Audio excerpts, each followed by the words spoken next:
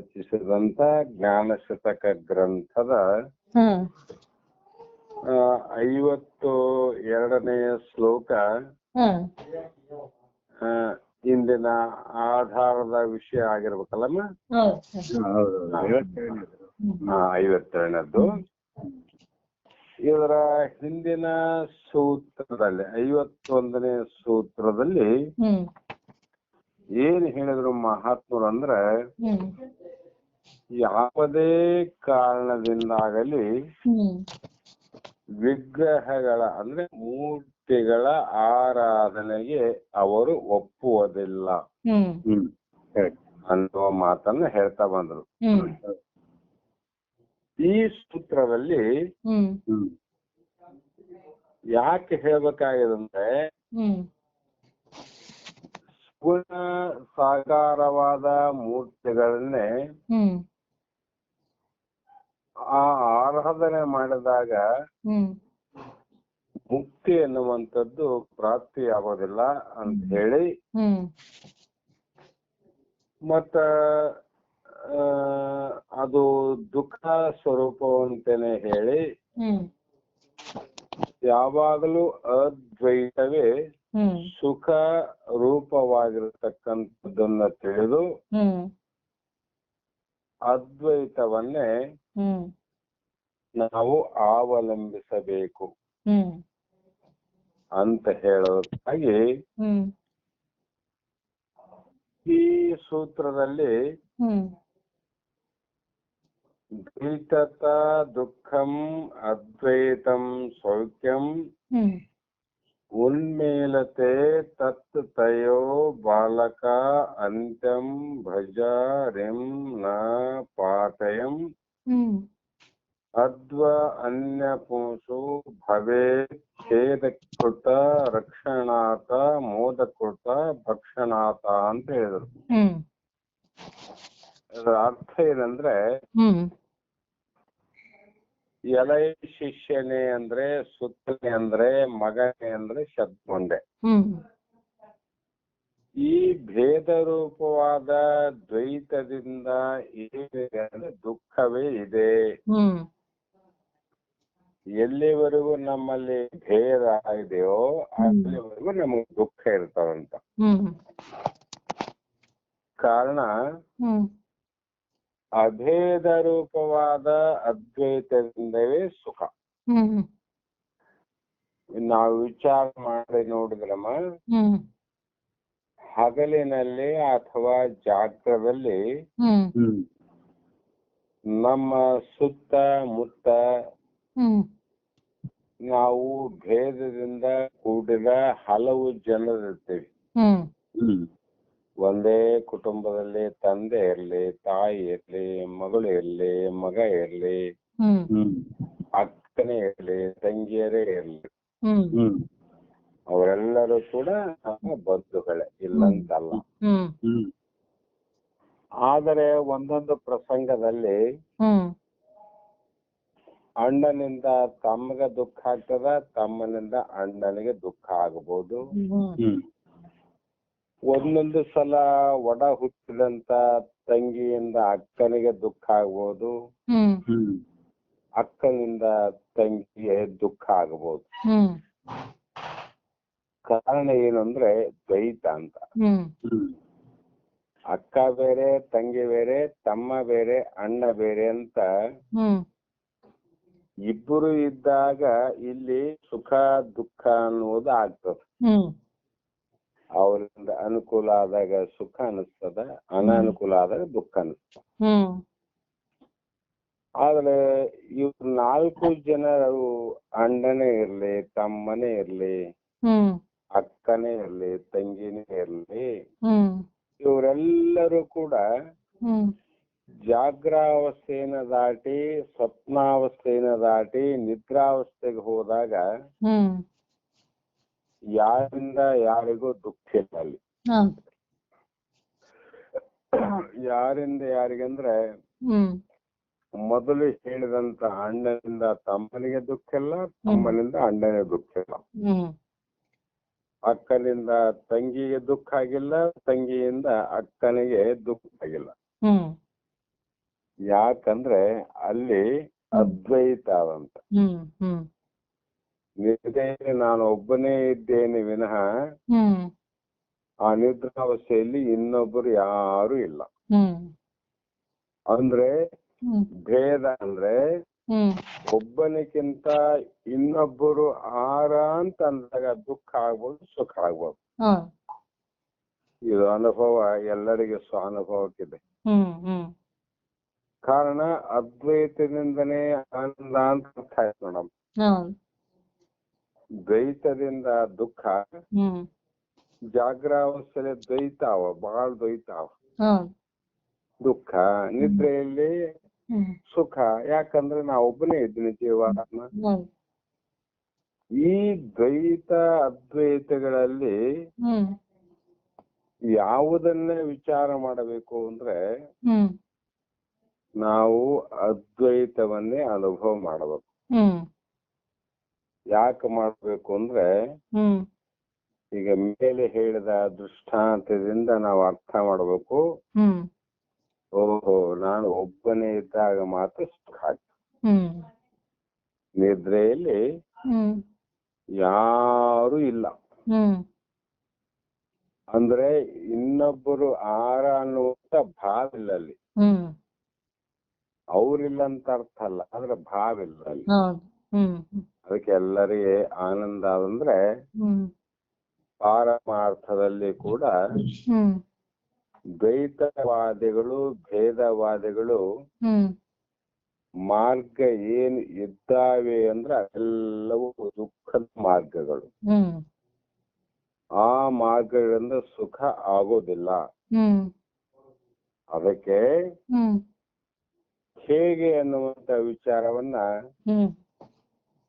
ಯಾವ ಸರ್ಪಭೂಷಣ ಶಿವಯೋಗಿಗಳು ಸಾಮಾನ್ಯ ಜನರಿಗೂ ಕೂಡ ಅದ್ವೈತದಿಂದ ಹೇಗೆ ಸುಖ ಆಗ್ತದೆ, ದ್ವೈತ ಭಾವನೆಯಿಂದ ಹೇಗೆ ದುಃಖ ಆಗಬಹುದು ಅನ್ನುವಂತ ಸುಂದರವಾದ ದೃಷ್ಟಾಂತವನ್ನ ಕೊಟ್ಟು ಸಾಮಾನ್ಯ ಪಾಮರನಿಗೂ ಕೂಡ ಅರ್ಥ ಆಗುವಂತ ಒಂದು ದೃಷ್ಟಾಂತ ಕೊಡ್ತಾರೆ.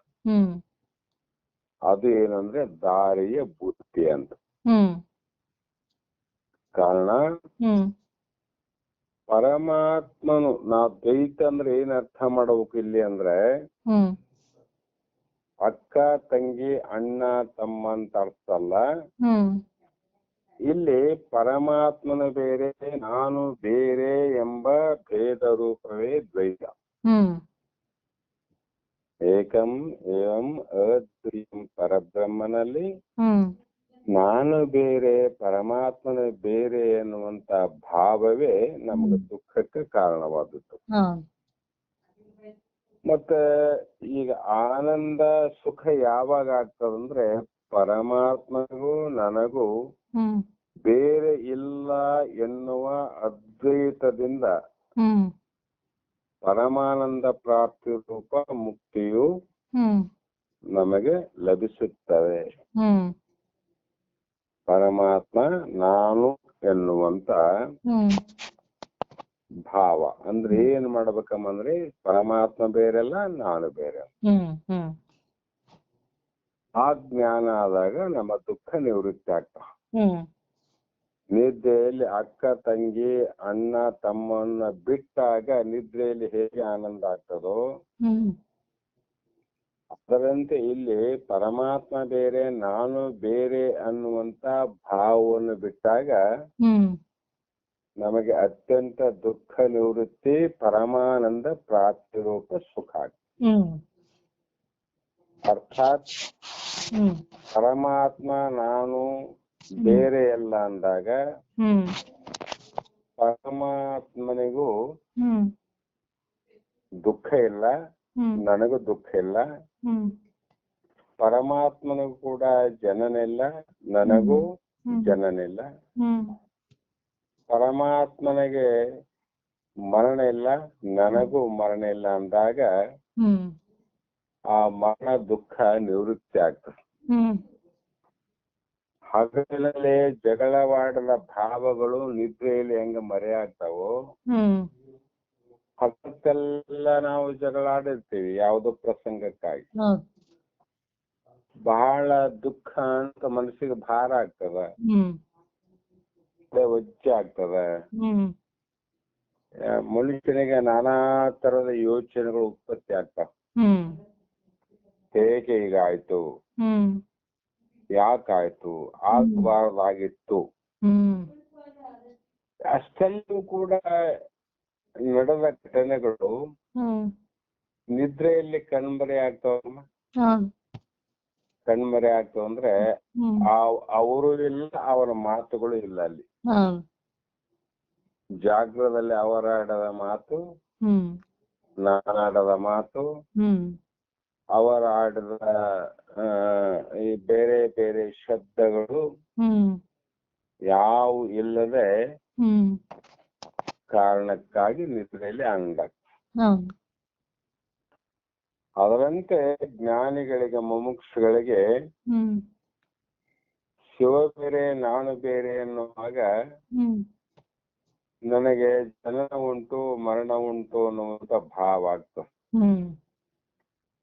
ಆ ಶಿವ ಬೇರೆಲ್ಲ ನಾನು ಬೇರೆಲ್ಲ ಅನ್ನುವಂತ ಬ್ರಹ್ಮಜ್ಞಾನ ಆದಾಗ ಶಿವನಿಗೆ ಆದಂತ ಆನಂದ ಆಗ್ತದೆ, ಸರ್ವ ದುಃಖ ಅನ್ನುವಂತ ನಿವೃತ್ತಿ ಆಗ್ತದೆ.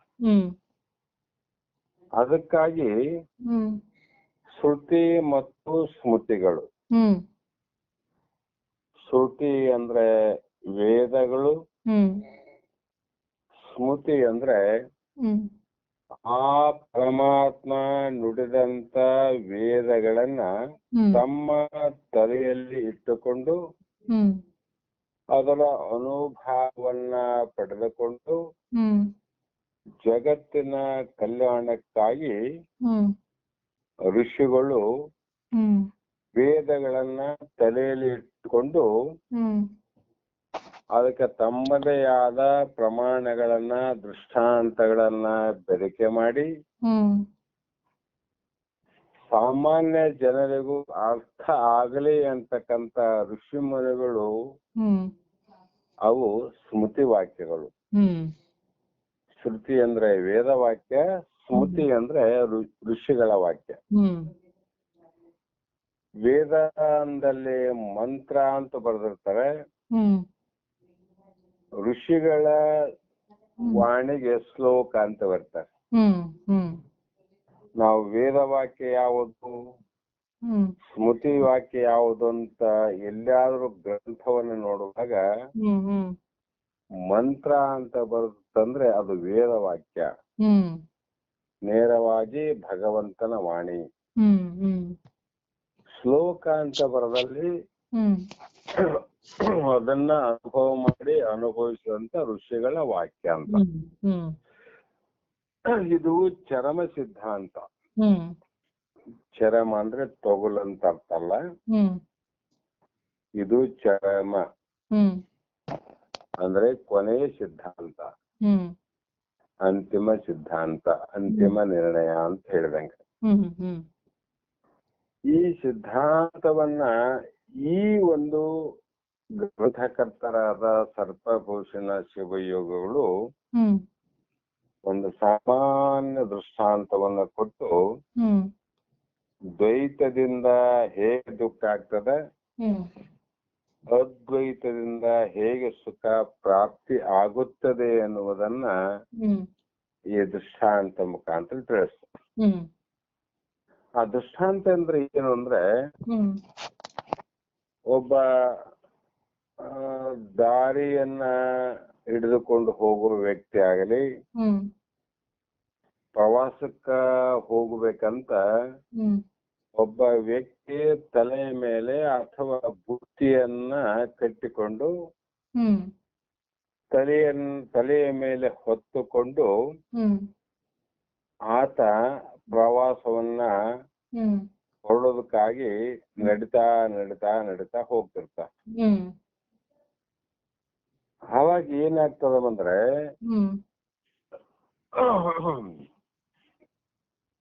ಆ ದಾರಿಯನ್ನ ಹಿಡಿದುಕೊಂಡು ಹೋಗುವವನಿಗೆ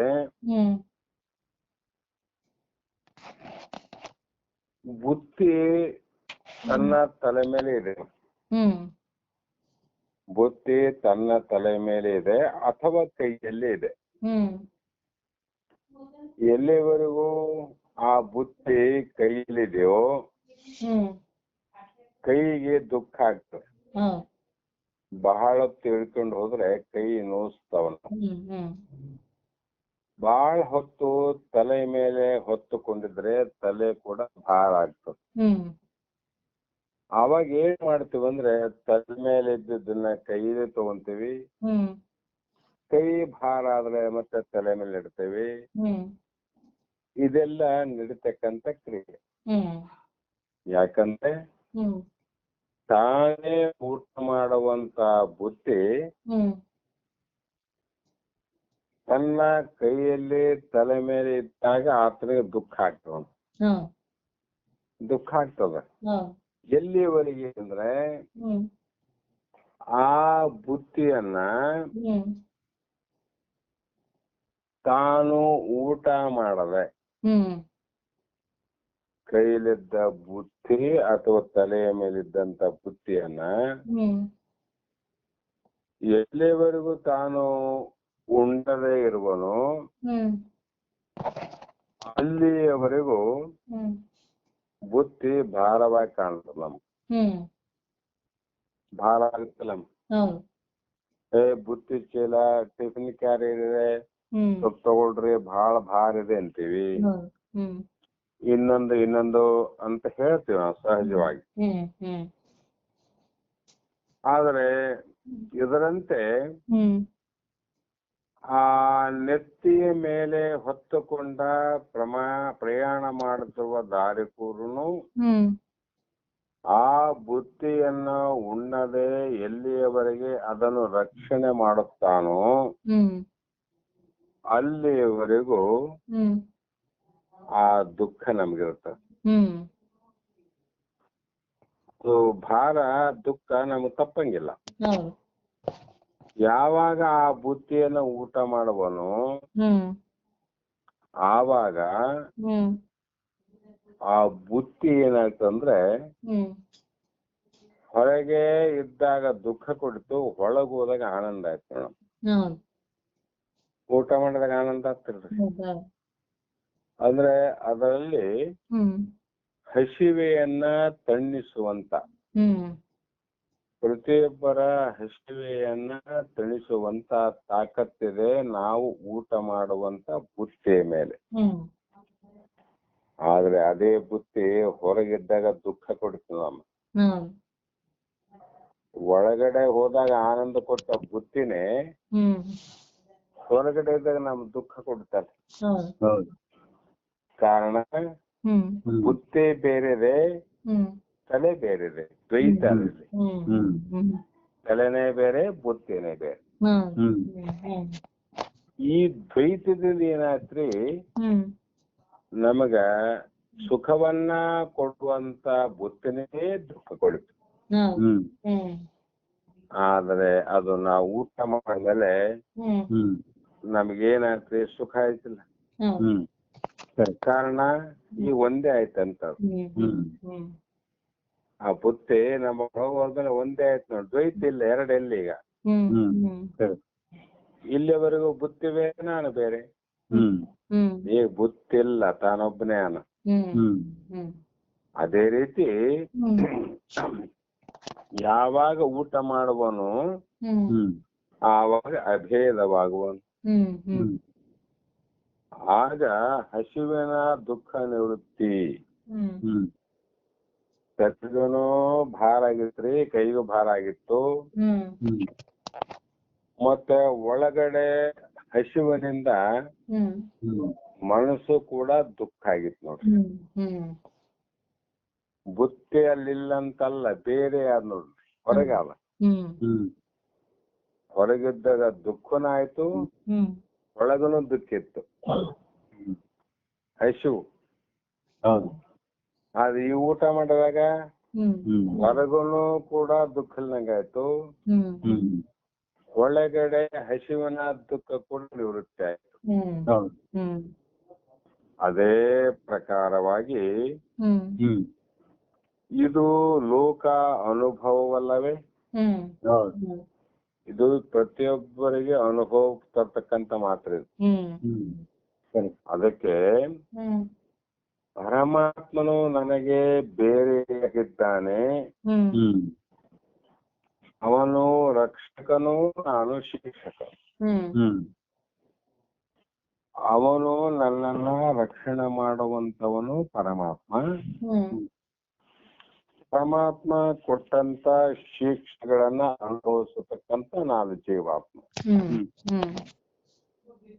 ಅಂತ ನಾವು ತಿಳ್ಕೊಂಡಲ್ಲ. ಪ್ರತಿಯೊಬ್ಬರು ಹೇಳ್ತೀವಿ ನಾವು ಪರಮಾತ್ಮ ದೇವರು ಏನ್ ಕೊಡ್ತಾನೆ ಕೊಡ್ಲಪ್ಪ, ಪರಮಾತ್ಮ ಹೇಗೆ ನಡೆಸುತ್ತಾನೆ ನಡೀಲಪ್ಪ ಅಂತ ಕೆಲವು ಮಂದಿ ಭಗವಂತನ ಬಗ್ಗೆ ಪರಮಾತ್ಮನ ಬಗ್ಗೆ ಇಟ್ಟಂತ ಒಂದು ದೃಢ ವಿಶ್ವಾಸ ಪ್ರಶ್ನೆ ಬೇರೆ. ಅದಕ್ಕಾಗಿ ಅವ್ರೇನ್ ತಿಳ್ಕೊಂಡ್ರೆ ಏನಾನ ದುಃಖ ಆಯ್ತಂದ್ರೆ ಇದೆಲ್ಲ ಪರಮಾತ್ಮದಪ್ಪ, ನಮ್ದೇನದ, ಪರಮಾತ್ಮ ಮಾಡಿದ್ದನ್ನ ಮಾಡ್ಲಿ, ಅದನ್ನ ಅನುಭವಿಸ್ಬೇಕು ನಾನು, ಅದನ್ನ ಅನುಭವ ಮಾಡಕ್ಕೆ ನಾನು ಹುಟ್ಟಿದ್ದೀನಿ, ನಾ ಕರ್ಮ ಮಾಡೀನಿ ಅನ್ನುವಂತ ಅಭಿಪ್ರಾಯಗಳು ವ್ಯಕ್ತ ಆಗ್ತವೆ.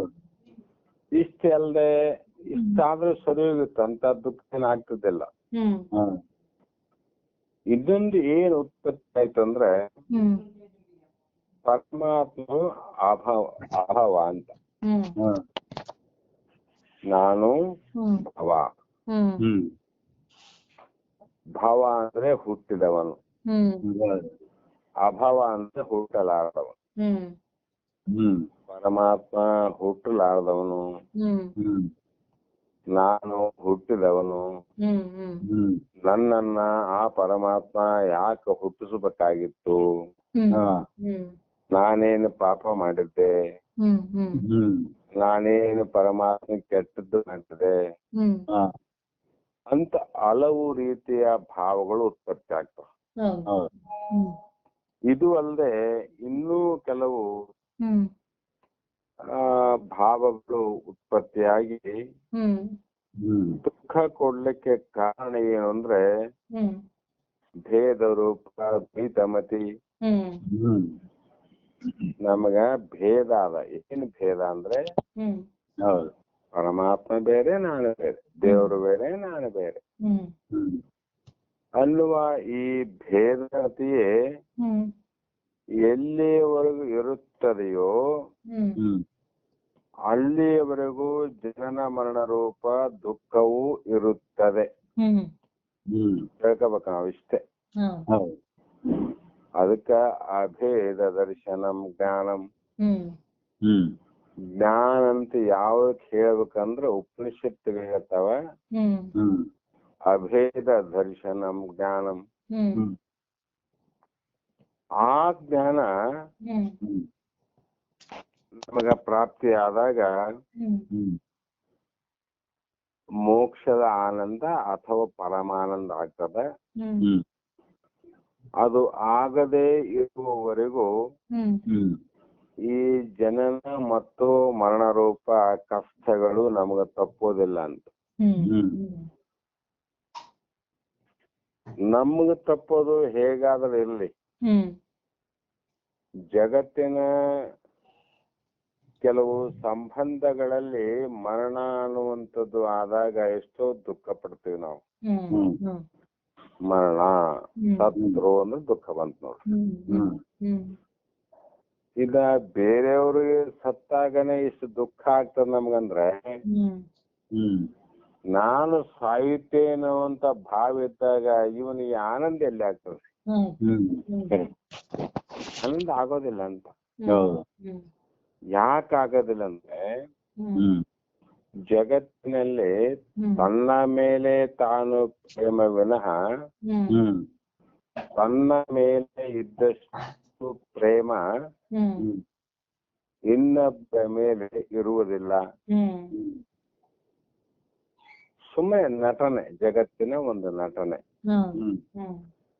ಇನ್ನೊಬ್ಬರಿಗೆ ನೋವಾದಾಗ ದುಃಖ ಪಡ್ತೀವಿ, ಆಗಬಾರ್ದಾಗಿತ್ತು ಅಂತ ಹೇಳ್ತೀವಿ. ಆದರೂ ಹೆಚ್ಚಿನ ಒಂದು ಅಪೇಕ್ಷೆ ಎಲ್ಲಿದೆ ಅಂದ್ರೆ, ಪ್ರೇಮ ಎಲ್ಲಿದೆ ಅಂದ್ರೆ ತನ್ನ ಮೇಲೆ ತಾನು ಪ್ರೇಮ. ಮತ್ತೆ ತನ್ನ ಮೇಲೆ, ತನ್ನ ದೇಹದ ಮೇಲೆ ಇದ್ದಷ್ಟು ಪ್ರೇಮ ನಾವ್ ಎಷ್ಟೇ ಸಂಬಂಧ ಇದ್ರೂ ಕೂಡ ಪರರ ದೇಹದ ಮೇಲೆ, ನನ್ನ ದೇಹ ಮೇಲೆ ಇದ್ದಂತ ಪ್ರೇಮ ಅವರ ದೇಹದ ಮೇಲೆ ನಾವು ತೋರಂಗಿಲ್ಲ. ಕಾರಣಮ್ಮ, ಯಾರಿಗಾದ್ರೂ ಎರಡು ಕಣ್ಣು ಇಲ್ಲದಂತ ಒಬ್ಬ ಕುರುಡ ಇದ್ರೆ, ನನಗೆ ಎರಡು ಕಣ್ಣು ಇದ್ದಾವೆ, ಅವನು ಬೇರೆಯವನಲ್ಲ, ಸ್ವಂತ ಹೊಟ್ಟೆಯಲ್ಲಿ ಹುಟ್ಟಿದಂತ ಮಗನು ಇರಬಹುದು ಅಥವಾ ಮಗಳಿರಬಹುದು. ನನಗೆ ಎರಡು ಕಣ್ಣು ಅವಲ್ರಿ, ನನಗೆ ಎರಡು ಕಿಡ್ನಿ ಅವಲ್ರಿ. ಒಂದು ಕಣ್ಣಿದ್ರೆ ಒಂದು ಕಿಡ್ನಿ ಇದ್ರೆ ಬದುಕಬಹುದು ಮನುಷ್ಯ. ಅವನಿಗೆ ಎರಡೂ ಕಣ್ಣಿಲ್ಲ, ಇನ್ನೊಬ್ಬರಿಗೆ ಎರಡೂ ಕಿಡ್ನಿ ಫೇಲ್ ಆಗುವಂತ ಸಂದರ್ಭ ಅದ. ನಾನು ಯಾಕೆ ಹೇಳ್ತೀನಿ ಈ ಮಾತಂದ್ರೆ, ನಾವು ಡಾಕ್ಟರ್ ಹತ್ರ ಹೋಗಿ, ಡಾಕ್ಟ್ರೇ ನನ್ನ ಕಣ್ಣನ್ನ ಒಂದು ಕೊಡ್ತೀನಿ, ಅವನಿಗೆ ಒಂದು ಕಣ್ಣಾದ್ರೂ ಬರುವಂತ ಪ್ರಯತ್ನ ಮಾಡ್ರಿ ಅಂತ ಮುಂದಾಗ್ತವನ್ರಿ? ಆಗಲ್ಲ. ಎರಡು ಕಿಡ್ನಿ ಇದೆ, ಒಂದು ಫೇಲ್ ಆಗ್ಯದ, ನಂದು ಕಿಡ್ನಿ ಕೊಡ್ರಿ ಅಂತ ಹೇಳಕ್ ಆಗ್ತನ್ರಿ? ದುಡ್ಡು ಕೊಡ್ತೇನೆ, ಬೇಕಾದ್ರೆ 20 ಲಕ್ಷ ಹೋಗ್ಲಿ, 30 ಲಕ್ಷ ಹೋಗ್ಲಿ. ಇನ್ನೊಬ್ಬರ ಕಿಡ್ನಿಯನ್ನ ಖರೀದಿ ಮಾಡಿ ಪ್ರೇಮವನ್ನು ತೋರಿಸ್ತೀವಿ ವಿನಃ, ನನ್ನದೇ ಶರೀರದ ಒಂದು ಭಾಗವನ್ನ ನನ್ನವರಿಗೆ ನಾ ಕೊಡ್ಲಿಕ್ಕಾಗೋದಿಲ್ಲ ಅಂದ್ರೆ, ಅರ್ಥಾತ್ ತನ್ನ ಶರೀರದ ಮೇಲಿದ್ದಷ್ಟು ಪ್ರೇಮ ಯಾರ ಶರೀರದ ಮೇಲೆ ಇಲ್ಲ. ಸುಮ್ಮನೆ ಜಗತ್ತಿನ ನೇಮ ಅದು. ಆದ್ರೆ ವೇದಾಂತ ಶಾಸ್ತ್ರದ ನಿರ್ಣಯ ಪ್ರಕಾರ ವಿಚಾರ ಮಾಡಿದ್ರೆ, ಎಲ್ಲರೂ, ಪ್ರತಿಯೊಬ್ಬರು ತಮ್ಮ ದೇಹದ ಮೇಲೆ ಇದ್ದಂತ ಪ್ರೇಮ ಅನ್ಯ ದೇಹದ ಮೇಲೆ ಇರೋದಿಲ್ಲ. ಹೆತ್ತ ತಾಯಿನೇ ಇರಬಹುದು, ಹುಟ್ಟಿದ ಮಗನೇ ಇರಬಹುದು, ಹೆತ್ತ ತಂದೆ ಇರಬಹುದು, ಹುಟ್ಟಿದ ಮಗಳೇ ಇರಬಹುದು. ಆದರೆ ಈ ಪ್ರೇಮ ಹೇಗೆ ಅಂದ್ರೆ, ಹಿಂದಿನ ಸೂತ್ರದಲ್ಲಿ ಬಂದು ಹೋಗ್ಯದ, ಮಲತಾಯಿ ಮಕ್ಕಳ ಮೇಲೆ ಪ್ರೇಮವನ್ನು ತೋರಿಸಿದಂತೆ. ಹಿಂದೆ ಸೂತ್ರ ಹೋಯ್ತಲ್ಲಮ್ಮ. ಕಾರಣ, ಆಕೆಯ ಮಗನಿಗೆ ಆರಾಮಿಲ್ಲ ಅಂದಾಗ ಆ ತಾಯಿ ಮಗುವನ್ನ ಕಂಡು ದುಃಖ ಪಡುವಂತ ಸಂದರ್ಭದಲ್ಲಿ ಎರಡನೆಯ ತಾಯಿ ಹೇಳ್ತಾಳ, ನನಗೂ ಕೂಡ ಊಟ ಹೋಗ್ತಿಲ್ಲ, ನನಗೂ ಕೂಡ ಕಣ್ಣಿಗೆ ನಿದ್ದೆ ಬರ್ತಿಲ್ಲ.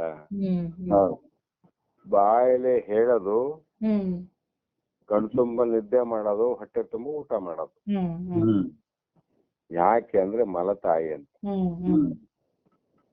ಅದೇ ಸ್ವಂತ ತಾಯಿ ನಿಜವಾಗಿಯೂ ಕಣ್ಣಿಗೆ ನಿದ್ದೆ ಇಲ್ಲ, ನಿಜವಾಗಿ ಕೂಡ ಮಗನ ಅಥವಾ ಮಗಳ ಕಷ್ಟವನ್ನ ನೋಡ್ಲಾರ್ದೆ ಹೊಟ್ಟೆಗೆ ಸ್ವಲ್ಪ ಊಟ ಕೂಡ ಇಲ್ಲ. ನನ್ನ ಮಗನ ಚಿಂತನೆ ಹಗಲೆಲ್ಲ ಮಾಡ್ತಿರ್ತಾರೆ. ಆದ್ರೆ ಈಗಿನ ತಾಯಿನೇ, ಆದ್ರೆ ಆ ಹೆತ್ತ ತಾಯಿಗಿಂತ ಹೆಚ್ಚಿನ ಚಿಂತೆ ಮಾಡದಂತೆ ನಟನೆ ಮಾಡ್ತಾಳ ಅಷ್ಟೇ. ಸುಮ್ನೆ ನೋಡೋರ ದೃಷ್ಟಿಯಲ್ಲಿ ಏನಪ್ಪಾ, ಆ ತಾಯಿ ಕೂಡ ಎಷ್ಟು ಪ್ರೇಮಾಳ, ಹಡದ ತಾಯಿಗಿರ್ಲಿಕ್ಕಿಲ್ಲ ಅಷ್ಟು ಪ್ರೇಮ ಅದ ಮಕ್ಕಳ ಮೇಲೆ ಅಂತ ಜನಮೆಚ್ಚಿಗಾಗಿ ಹೇಳ್ತಕ್ಕಂತ ಮಾತು. ಒಳಗಡೆ ಕುಟಿಲತ್ವ.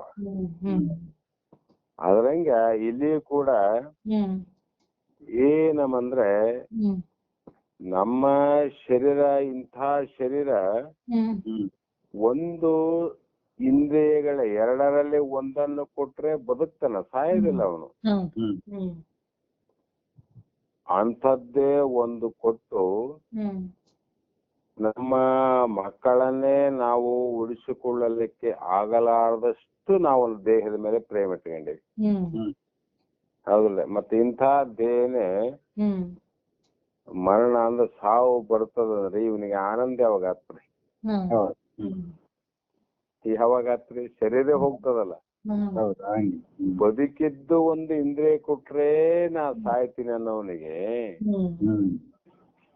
ಇಂದ್ರಿಯ ಸಹಿತವಾಗಿ ನಾನು ಶರೀರವೇ ನಾಶ ಆಗ್ತದ ಅಂತ ಭೇದವನ್ನು ತಿಳ್ಕೊಂಡಂತ ವ್ಯಕ್ತಿಗೆ ಆನಂದ ಯಾವಾಗ ಆಗ್ತದೆ?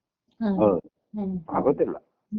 ಆ ಕಾರಣ ಈ ಅಭೇದ ಯಾವಾಗ ಆಗ್ತದಂದ್ರೆ ಆವಾಗ ಇವೆಲ್ಲ ದುಃಖ ನಿವೃತ್ತಿ ಆಗ್ತಾವ.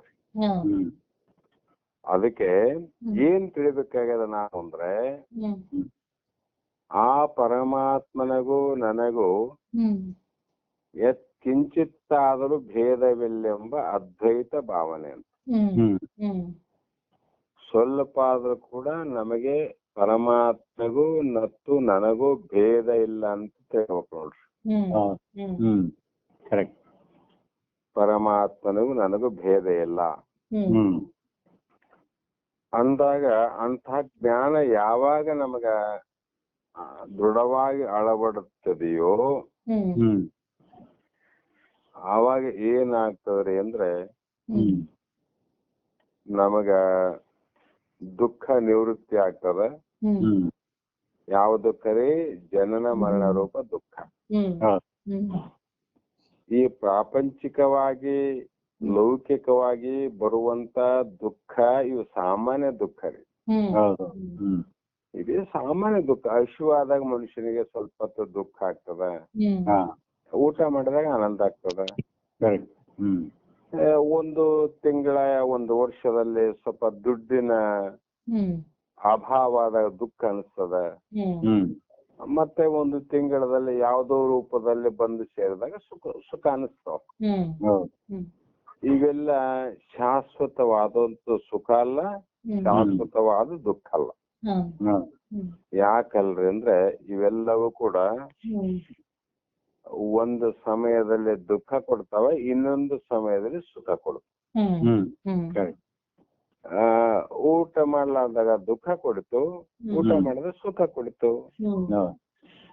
ದುಡ್ಡು ಇಲ್ಲದಾಗ ದುಃಖದಂಗಾಯ್ತು, ದುಡ್ಡು ಕೈ ಸೇರಿದಾಗ ಆನಂದ ಆಯ್ತು.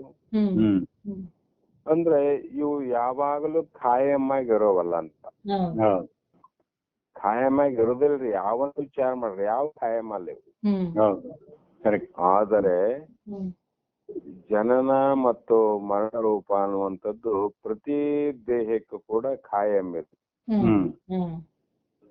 ಎಷ್ಟು ಸಲ ನಾವು ಹುಟ್ಟಿವಿ ಅಷ್ಟು ಸಲ ಸಾಯಬೇಕು ನಾವು. ಎಷ್ಟೇ ಸಲ ಹುಟ್ಟ್ರಿ ನೀವು ಅಷ್ಟು ಸಲ ನಾವು ಮರಣ ದುಃಖವನ್ನ ಅನುಭವಿಸಲೇಬೇಕು.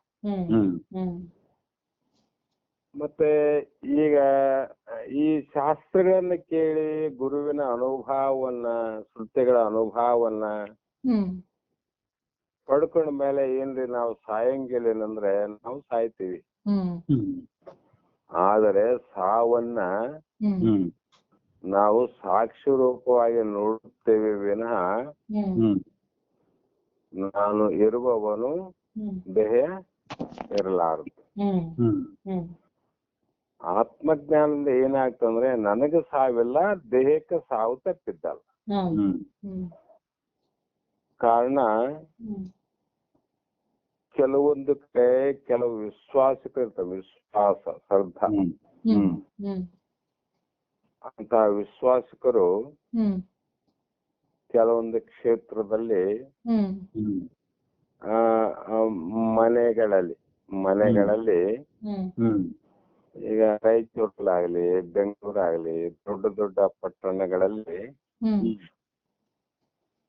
ಅವ್ರು ಏನ್ ಮಾಡ್ತಾರಂದ್ರೆ ಕಸ ಮುಸುರೆಯನ್ನ ಮಾಡುವಂತ ವ್ಯಕ್ತಿಗಳೇ ಇರಲಿ ಅಥವಾ ಶ್ರೀಮಂತ ಮಟ್ಟದ ಹಣಕಾಸಿನ ವ್ಯವಹಾರವನ್ನ ಮಾಡುವಂತ ಒಬ್ಬ ಗುಮಾಸ್ತನೇ ಇರಲಿ. ಶ್ರೀಮಂತರ ಮನೆಯಲ್ಲಿ ಹಣಕಾಸಿನ ವ್ಯವಹಾರವನ್ನು ನೋಡುವಂತ ಒಬ್ಬ ಗುಮಾಸ್ತ, ಮನೆಯ ಕಸ ಮುಸುರೆಯನ್ನ ತಿಕ್ಕುವಂತ ಒಬ್ಬ ಸೇವಕಿ. ಅವ್ರ ಭಾವ ಹೇಗಿರ್ತಂದ್ರೆ ಪ್ರತಿಯೊಂದು ವ್ಯವಹಾರವನ್ನ ಆ ಮುಸುರೆ ತಿಕ್ಕುವಂತ ಹೆಣ್ಣು ಮಗಳನ್ನ ಕೇಳಬೇಕು. ಬಹಳ ವಿಶ್ವಾಸ ಇದ್ರೆ ಹೆಮ್ಮೆಯಿಂದ ಹೇಳ್ತಾಳ, ಆ ಮನೆ ನಂದು ಅಂತ. ಏನ್ ಹೇಳ್ತಾಳಮ್ಮ? ಆ ಮನೆ ನನ್ನ ಮನೆ, ಅಲ್ಲಿರುವಂತ ಹುಡುಗರು ನಮ್ಮ ಮಕ್ಕಳೇ, ನಮ್ಮ ಹುಡುಗರು ಅಂತ ಹೇಳ್ತಾರೆ. ಇದು ನಮ್ಮ ಮನೆ, ನಮ್ಮ ಮನೆ. ಗುಮಾಸ್ತ ಹೇಳ್ತಾನ, ಇದೆಲ್ಲ ವ್ಯವಹಾರ, ಇದು ಲಾಭ ಎಲ್ಲ ನಂದೇ ಅಂತ ಮಾಡ್ತಾನೆ. ಹೌದಿಲ್ರಿ? ಹೌದು. ಆದ್ರೆ ಒಳಗಡೆ ವಿಚಾರ ಅದ, ಆ ಹೆಣ್ಣು ಮಗಳಿಗೆ ಇದು ಮನೆ ನಂದಲ್ಲ. ಒಳಗಡೆ ಆದಿಲ್ಲ ಭಾವಕ್ಕೆ, ಹೊರಗಡೆ ಏನದ ಮನೆ ನಂದು. ಗುಮಾಸ್ತ ಅಂತನ ಇದೆಲ್ಲ ಹಣ ನಂದು ಅಂತಾನ ಅವನು. ಆದ್ರೆ ಒಳಗ ಪಕ್ಕಾ ತಿಳ್ಕೊಂಡನ, ಗುಮಾಸ್ತ ಈ ಮಾಲೀಕನು ನಾನಲ್ಲ, ಇದು ಹಣದ ವ್ಯವಹಾರ ಕೂಡ ಒಡೆಯನು ಕೂಡ ನಾನಲ್ಲ. ದೃಢವಾಗಿ ತಿಳ್ಕೊಂಡನಿಲ್ರಿ, ಪಕ್ಕ ತಿಳ್ಕೊಂಡಾರ ಅವ್ರು. ಆ ಸೇವಕ ಕೂಡ ಪಕ್ಕ ತಿಳ್ಕೊಂಡಾಳ. ಆದ್ರೆ ಹೊರಗಡೆ ಮಾತ್ರ ನನ್ನ ಮನೆ ನನ್ನ ಮಕ್ಕಳು ಅಂದಂಗ, ಆ ಗುಮಾಸ್ತ ನನ್ನ ಹಣ ನನ್ನ ವ್ಯವಹಾರ ಅಂತ ತಿಳ್ಕೊಂಡಂಗ ಒಳಗಡೆ ಇವು ಯಾವ ಅಲ್ಲ. ಅದರಂತೆ ದೇಹದಾಗ ಇರ್ತಕ್ಕಂತ ಮಾಲಕ್ ಒಬ್ರಿದ್ದಾನಲ್ರಿ. ಮಾಲಕ್ ಅಂದ್ರೆ ಅವನೇ ಪರಬ್ರಹ್ಮ ಅಥವಾ ಪರಮಾತ್ಮ ಅಥವಾ ಜೀವಾತ್ಮ. ಜ್ಞಾನಿಗಳು ಹೆಂಗ ಮಾಡ್ತಾರ ದೇಹದ ಜೊತೆ ವ್ಯಾಪಾರ ಅಂದ್ರೆ, ಹೊರಗಡೆ ನಂದು ಅಂತ ತಿಳಿದು ಮಾಡ್ತಾರೆ. ಇದಕ್ಕೆ ಸೇವೆನೂ ಮಾಡ್ತಾರ, ಅಥವಾ ಇನ್ನೊಂದು ರೀತಿಯಿಂದ ಅನಂತ ವ್ಯಾಪಾರ ವ್ಯವಹಾರ ನಡೆದು ಆಧ್ಯಾತ್ಮಿಕ ವ್ಯವಹಾರ ಕೂಡ ಜ್ಞಾನಿಗಳು ಇಷ್ಟೇ ತಿಳ್ಕೊಂಡಿರ್ತಾರ. ಇದು ಹೇಳುವಾಗ ಕೇಳುವಾಗ ನಂದು, ಹೌದಲ್ರಿ? ಆದ್ರೆ ಒಳಗಡೆ ನಂದು ಅಲ್ಲ, ನಿಂದು ಅಲ್ಲ, ಇದು ನಂದಲ್ಲ. ಅದರಂತೆ ಆತ್ಮಜ್ಞಾನ ಆದಾಗ ದೇಹ ನಂದು ಅಂತ ಹೊರಗಡೆ ಮಾಡಿದ್ರು ಕೂಡ ಒಳಗಡೆ ಈ ದೇಹ ನಂದಲ್ಲ ಅಂತ ಪಕ್ಕ ಆಯ್ತಂದ್ರೆ, ತಾನಲ್ಲದ ಶರೀರಕ್ಕೆ ಸಾವು ಬಂದ್ರೆ ತಾನ್ಯಾಕ ದುಃಖ ಪಡ್ತಾನ್ರಿ? ತಾನಲ್ಲದ ಶರೀರ ನಾಶ ಆದ್ರೆ ತಾನ್ಯಾಕ ದುಃಖ ಪಡ್ತಾನಲ್ಲಿ? ಕಾಣಂಗಿಲ್ಲ. ಆ ಮಾಲಕನಿಗೆ, ಆ ಸೇವಕಿಗೆ ಮನೆಯಲ್ಲಿರ್ತಕ್ಕಂತ ಕೆಲವು ಸಾಮಾನುಗಳು ಕೆಲವು ಉಳಿತಾವ, ಕೆಲವು ಹಾಳಾಗ್ತಾವ, ಕೆಲವು ಹಳೇವಾಗ್ತಾವ, ಕೆಲವು ತೂತ ಬಿದ್ದು ಹೋಗ್ತಾವ. ಆಕಿಗೆ ದುಃಖ ಎಲ್ಲ ನೋಡ್ರಿ. ಆಕೆ ದುಃಖ ಆಗೋದಿಲ್ರಿ. ಹಳೇವಾದ್ರೆ ಏನ್, ಹೊಸವಾದ್ರೆ ಏನ್ ದುಃಖ ಇಲ್ಲ. ಆಕಿ ಕೆಲಸ ಮಾಡಕ್ ಬಂದಾಕ. ಅದೇ ರೀತಿ ಸೇವಕನಿಗೆ ವಿಶ್ವಾಸದಿಂದ ಸೇವಕ ವ್ಯವಹಾರವನ್ನ ಮಾಡಿ ಸಂಪತ್ತು ಗಳಿಸಿದ ಲಾಭ ಆದಾಗ ಅವನಿಗೆ ಆನಂದನೂ ಪಡಂಗಿಲ್ಲ, ಆ ವ್ಯವಹಾರದಲ್ಲಿ ನಷ್ಟ ಆದ್ರೂ ಕೂಡ ದುಃಖ ಪಡಂಗಿಲ್ಲ. ತಾನಿಲ್ಲದ ವ್ಯವಹಾರ ನಡೆದಿಲ್ಲ, ಲಾಭ ನಷ್ಟದ ಲಾಭ ನಷ್ಟದ ಸುಖ ದುಃಖ ಅವನಿಗಿಲ್ಲ. ಅದರಂತೆ ನಾನು ಪರಬ್ರಹ್ಮನಿದ್ದೇನೆ, ಪರಮಾತ್ಮ ಸ್ವರೂಪನೇ ಇದ್ದೇನೆ ಅಂದಾಗ ಮರಣ ದುಃಖ ನಿವೃತ್ತಿ ಆಗ್ತದೆ. ಯಾವಾಗಲೂ ಇರುವಂತ ಪರಮಾತ್ಮ ಅನ್ನುವಂತ ಆನಂದ ಪ್ರಾಪ್ತಿ ಆಗ್ತದೆ. ಆ ಕಾರಣ ನೀನು ದ್ವೈತ ಮತಿಗಳನ್ನ ಬಿಡುವಂತ. ದ್ವೈತ ಅಂದ್ರೆ ಶಿವ ಬೇರೆ ನೀನು ಬೇರೆ ಅಂತ ಹೇಳುವ ಬುದ್ಧಿವಂತರ ಬಿಡು. ಬಿಟ್ಟು ಅದ್ವೈತ ತತ್ವ ಅವಲಂಬಿತನಾಗು. ಅದ್ವೈತವನ್ನು ನೀನು ಯಾಕಂದ್ರೆ ಬೇರೆ ಅಂತ ತಿಳ್ಕೊಂಡ ಬುದ್ಧಿನೇ ಎಷ್ಟು ದುಃಖ ಕೊಡ್ತಂದ್ರೆ, ಮತ್ತ ಪರಮಾತ್ಮ ಸ್ವರೂಪ ನೀನಿದ್ದು ನಾನು ಬೇರೆ ಅಂತ ತಿಳ್ಕೊಂಡ್ರೆ ನಿನಗೂ ಬುದ್ಧಿ ಕೊಟ್ಟಂತ ದುಃಖ ಕೊಡ್ತದ. ಆ ಬುದ್ಧಿಯನ್ನ ಊಟ ಮಾಡಿದಾಗ ಹೇಗೆ ಆನಂದ ಆಗ್ತದ, ಅದರಂತೆ ನಾನು ಬೇರೆ ಜಗತ್ತು ಬೇರೆ ಪರಮಾತ್ಮ ಬೇರೆ ಎನ್ನುವಂಥದ್ದು ಭೇದದ ದುಃಖ ಇವು. ಮತ್ತ ಅವನು ನಾನು ಒಂದೇ ಅಂತ ತಿಳ್ಕೊಂಡಾಗ ಊಟ ಮಾಡಿದಾಗ ಎಷ್ಟು ಆನಂದ ಆಯ್ತು, ಅದೇ ಪ್ರಕಾರವಾಗಿ ತತ್ವಜ್ಞಾನದಿಂದ ಪರಮಾನಂದ ಪ್ರಾಪ್ತಿ ಆಗ್ತದ ಅನ್ನುವಂತ ಮಾತು. ಅದಕ್ಕಾಗಿ ನೀನು ನಿತ್ಯ ಸುಖವನ್ನು ಹೊಂದುವೆ. ಎಂತಹ ಸುಖ ರೀ? ನಿತ್ಯವಾದ ಸುಖ. ನಿತ್ಯವಾದ ಸುಖ ಅಂದ್ರೆ ಹಿಂದಿನ ಶರೀರದಲ್ಲಿ ನಾನು ಇದ್ದೆ, ಇಂದಿನ ಶರೀರದಲ್ಲೂ ನಾನು ಇದ್ದೇನೆ. ಹಿಂದಿನ ಶರೀರ ಬೇರೆ ಆಗಿತ್ತು, ಇವತ್ತಿನ ಶರೀರ ಬೇರೆ ಇದೆ, ಮುಂದೆ ಕೂಡ ಶರೀರ ಬರಬಹುದು, ಶರೀರ ಬೇರೆ ಇರಬಹುದು. ಆದರೆ ಹಿಂದಿನ ವರ್ತಮಾನ ಕಾಲದಲ್ಲಿ ಇದ್ದಂತ ಶರೀರ ಭೂತಕಾಲದಲ್ಲಿಲ್ಲ. ಈ ಭೂತಕಾಲದಲ್ಲಿ ಇರುವಂತ ಶರೀರ ಭವಿಷ್ಯತ್ ಕಾಲದಲ್ಲಿ ಇರುವುದಿಲ್ಲ. ಇವೆಲ್ಲ ಬೇರೆ ಬೇರೆ ಬೇರೆ ಬೇರೆ ಆಗವು. ಯಾಕಂದ್ರೆ ಕರ್ಮಕ್ಕೆ ತಕ್ಕಂತೆ ಇವು ಬದಲಾವಣೆ ಆಗ್ತದೆ ಶರೀರ. ಪಾಪ ಪುಣ್ಯದ ಅನುಸಾರವಾಗಿ ಒಂದು ರೂಪವೇ ಬರಲಿ, ಅಥವಾ ಯಾವುದೇ ಸೌಂದರ್ಯ ಬರಲಿ, ಆ ವಿದ್ಯೆನೇ ಬರಲಿ, ವಿನಯವೇ ಬರಲಿ, ಅವೆಲ್ಲ ಹಿಂದಿನ ಜನ್ಮದಲ್ಲಿ ಮಾಡಿದಂತ ಕರ್ಮದ ಫಲಗಳವು.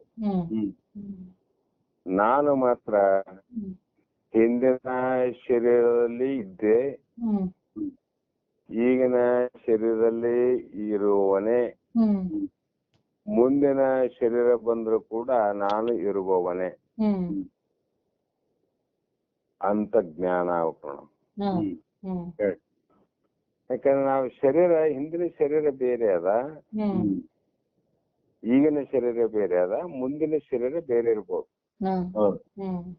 ಆದ್ರೆ ಎಲ್ಲಾ ಶರೀರಗಳಲ್ಲಿ ಪರಿಪೂರ್ಣವಾಗಿರ್ತಕ್ಕಂತ ಪರಮಾತ್ಮ ಮಾತ್ರ ಅವನು ಬೇರೆ ಬೇರೆ ಅಲ್ಲ, ಅವನೊಬ್ಬನೇ. ಅವನೊಬ್ಬನೇ. ನಾನು ಹಿಂದನಿದ್ದೆ, ಹಿಂದನಿದ್ದೀನಿ, ಮುಂದಿನ ಇರೋವನೇ. ಅಂದ್ರೆ ಎಂತ ಆನಂದಮ್ ಇದು. ಇದೇ ಆನಂದ, ಇದೇ ಪರಮಾತ್ಮ, ಇದೇ ಪರಬ್ರಹ್ಮ ಜ್ಞಾನ ಅಂದ್ರೆ ಇಷ್ಟೇ, ಮತ್ತೇನಿಲ್ಲ. ಇನ್ನೊಂದು ದೃಷ್ಟಾಂತ ಹೇಳ್ತದೆ ನಮಗೆ. ಹಿಂದಿನ ಒಂದು ಯಾವುದೋ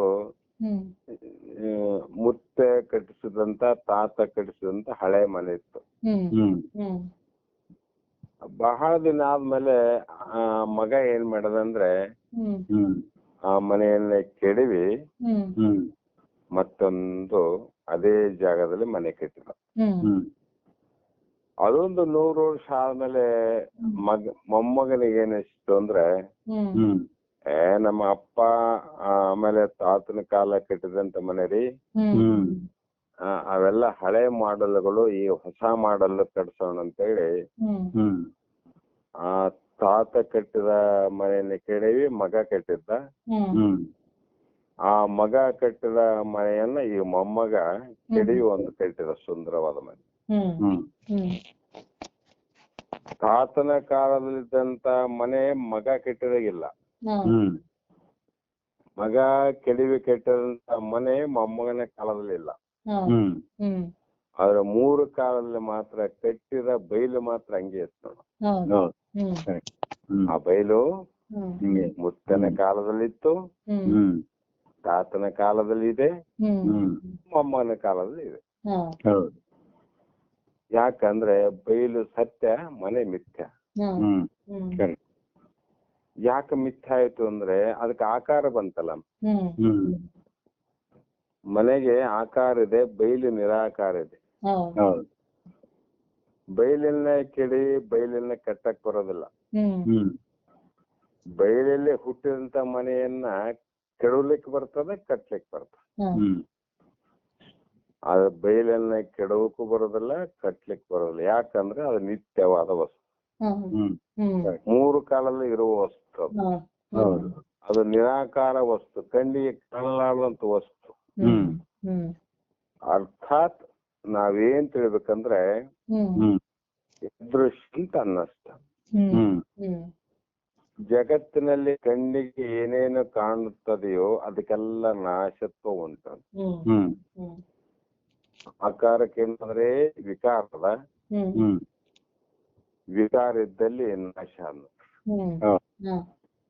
ಯಾವುದೇ ಒಂದು ಆಕಾರವನ್ನು ನೋಡ್ರಿ, ಎಲ್ಲ ಹೇಳ್ತಾರ ಬಹಳಷ್ಟು. ನಾವು ಪ್ರಸಿದ್ಧಿಯಾಗಿ ಆಗ್ರಾದಲ್ಲಿರುವಂತ ಅದ್ಯಾವುದೇ ಆಗ್ರದಲ್ಲಮ್ಮ ಶಾಜಹಾನ್ ಕಟ್ಟಿಸಿದ ಅದಕ್ಕೇನಂತ ತಾಜ್ ಮಹಲ್.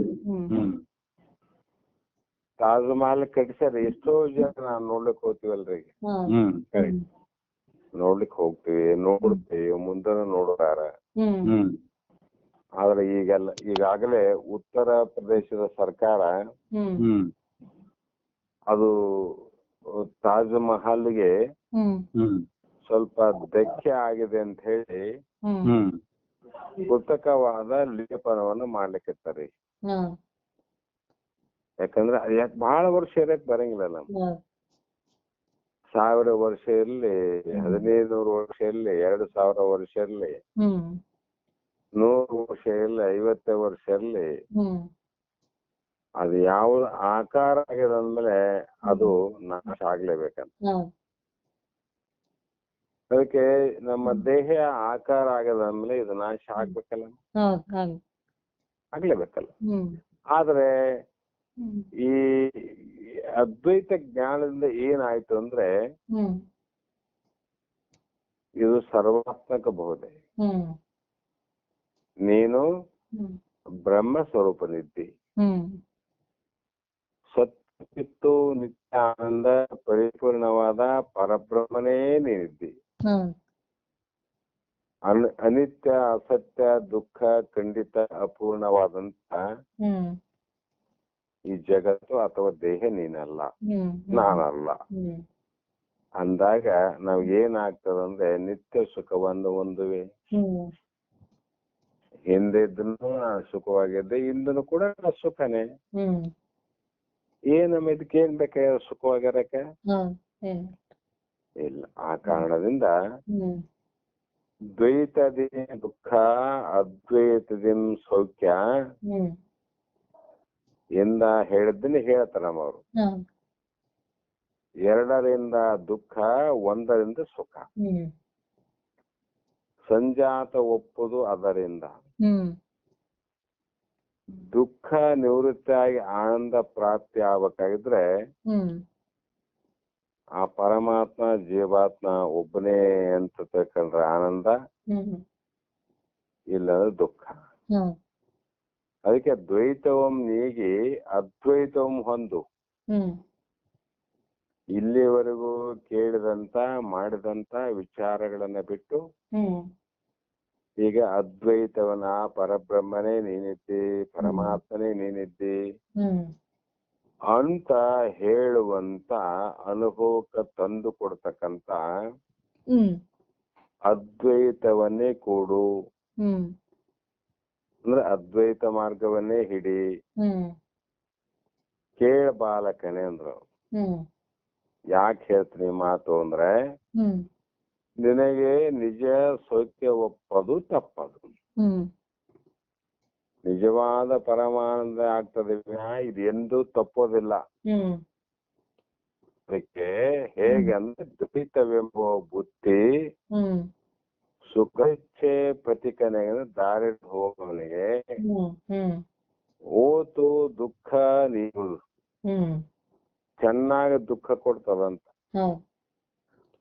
ಕಾರಣ ಬೇರೆ ಅದಲ್ಲ ಬುದ್ಧಿ. ಉಣ್ಣಲು ಆ ಕ್ಷಣವೇ, ಊಟ ಮಾಡಿದಂದ್ರೆ ಆ ಕ್ಷಣವೇ ಸಾತಮಪ್ಪದು ಆನಂದವಾಗುವುದು. ಇದು ನಿನ್ನ ಅನುಭವಕ್ಕಾದಿಲ್ಲ ಇದ್ರೆ ಇದು ನಿಜವು. ಅದಕ್ಕೆ ದ್ವೈತವೇ ದುಃಖವೆಂದು ಆ ವೇದವೇ ಹೇಳುವುದು. ವೇದದಲ್ಲಿ ಯಾಕೆ ಹೇಳ್ತು ಈ ಮಾತಂದ್ರೆ, ಇಷ್ಟು ವಿಚಾರವನ್ನು ಮಾಡಿ ಆ ವೇದದಲ್ಲಿ ನಿನಗೆ ಹೇಳಿದಂತ ಮಾತು ಅಂತ ಇಲ್ಲಿ ಹೇಳ್ತಾ ಬಂದ್ರು. ಕಾರಣ ಭೇದ ಅನ್ನುವಂಥದ್ದು ಏನು ಮಾಡ್ತದಂದ್ರೆ, ಅನಂತ ರೀತಿ ನಮಗ ತೊಂದರೆಯನ್ನು ಕೊಡ್ತದಮ್ಮ. ಹೇಗೆ ಅಂದ್ರೆ, ಇರುವುದು ಒಂದೇ ಆಕಾಶದಳು ತಾ ಹಿರಿದು ಕಿರಿದು ಎಂತು ಎಂಬುವ ಭೇದವು. ಹೇಗೆ ಅಂತ ಪ್ರಮಾಣ ಕೊಡ್ತಾರ ಅವರು. ವಾಸ್ತವಿಕವಾಗಿ ಆಕಾಶ ಅನ್ನುವಂಥದ್ದು ಒಂದೇ ಆದಲ್ಲಮ್ಮ. ಆಕಾಶ ಬಯಲು. ಆದರೆ ಆ ಆಕಾಶ ಉಪಾದಿಯಾದ ಘಟದ ಆಕಾಶ. ಘಟ ಅಂದ್ರೆ ಒಂದು ಕೊಡದಲ್ಲಿ ನೋಡಿದಾಗ ಆ ಬಯಲು ಕೊಡದ ಆಕಾರವೇ ಕಾಣ್ತದೆ. ಕೊಡ ಗುಂಡಕ್ಕಿತ್ತಂದ್ರೆ ಅದು ಆಕಾಶಕ್ಕಲ್ಲ ಗುಂಡಾಗ್ತದೆ. ಅದಕ್ಕೆ ಘಟಾಕಾಶ ಅಂತ. ಮತ್ತೆ ಉಪಾದಿಯಾದ ಅದೇ ಆಕಾಶಕ್ಕ ಕೊಡ ಉಪಾದಿಯಾದಾಗ ಕೊಡದಾಕಾರವಾಗಿ ಹೊರತು ಬಯಲು. ಮತ್ತೆ ಅದೇ ಉಪಾದಿ ಮಠದಲ್ಲಿ ಸೇರಿದಾಗ ಮಠದ ಉಪಾದಿಯಿಂದ ಆಕಾಶ ಹೇಗ್ ತೋರ್ತದಂದ್ರೆ, ನೀವು ನಮ್ಮ ಈ ಮಠಕ್ಕೆ ಗೊತ್ತಾಗ್ತದೆ ಚೌಕಾಕಾರ ಅಂದ್ರೆ ಅದಕ್ಕೆ ಗುಂಡಕ್ಕಿಲ್ಲ ಇದು ಬಯಲು. ಚೌಕಾದಲ್ಲಿ ಬಯಲು ಅದು ಕೊಟ್ಟ ಗುಂಡಕ್ಕಾದ ಗೋಲಾಕಾರ. ಹೀಗೆ ಭೇದವಾಗಿ ತೋರುತ್ತಿರಲು ಭೇದ ತೋರ್ತಾವಲ್ಲ ಈಗ. ಘಟಾಕಾಶ ಮತ್ತು ಮಠಾಕಾಶ ಭೇದ ಕಾಣ್ತದೆ. ಕಾರಣ ಘಟ ಮತ್ತು ಮಠ ಎಂಬ ಎರಡು ಉಪಾದಿಗಳು. ಕೊಡ ಅನ್ನುವಂತ ಉಪಾಧಿ, ಮಠ ಅನ್ನುವಂತ ಉಪಾಧಿಯೇ ಅಭೇದವಾಗಿರ್ತಕ್ಕಂಥ ಆಕಾಶವನ್ನ ಭೇದ ಮಾಡಿದವು. ಆಕಾಶ ಭೇದ ಆಗಿಲ್ಲ, ಉಪಾದನೆ ಭೇದ ಮಾಡಾವಿಲ್ಲ. ಅದರಂತೆ ಆ ಎರಡು ಉಪಾಧಿಗಳನ್ನ ಕಳೆದು ನೋಡ್ಬೇಕು. ಹೇಗಂದ್ರೆ, ಅರಿಯೇ ಘಟಮಠವೆಂಬ ಉಪಾದಿಯು ತೊರೆಯೇ ಬಿಟ್ಟ ಮೇಲೆ ತಾನೆಲ್ಲ ತರದ ವ್ಯಸ್ತಿ ಸಮಷ್ಟಿ ಎಂಬ ದುರುಳ ಮನವಿಯ ಕಡೆಯೇ ತಾನೇ ಇರುವ ಚೇತನ ತಾನು ಅಖಂಡಿತ ಅಶಿ ಪದದ ಅರ್ಥ. ಅದೇನ್ ತಿಕ್ಕಬೇಕಾದ ಭೇದವ ತೋರದೆ. ಭೇದ ತೋರುವಂದ್ರೆ ಉಪಾದಿಯನ್ನು ಬಿಡಬೇಕಂತ. ಆ ಬಿಟ್ಟು ನೋಡಿದಾಗ ಅಖಂಡವಾದ ಆಕಾಶ ಒಂದೇ ಆಗಿರುವಂತೆ, ಹೇ ಬಾಲಕನೇ, ವೃಷ್ಟಿ ಮತ್ತು ಸಮಷ್ಟಿ ಎಂಬ ಭೇದಮಯವಾದ ದುಷ್ಟ ಅಜ್ಞಾನಗಳ ಎರಡನ್ನೂ ಕಳೆಯಲಾಗಿ ಉಳಿದಿರುವುದು ಅಖಂಡ ಚೈತನ್ಯವೇ. ನಮ್ಮಲ್ಲಿ ಏನ್ ಉಳ್ಕಂತದಮ್ಮ ಕಳೆದ್ರೆ ಅಖಂಡ ಚೈತನ್ಯವೇ.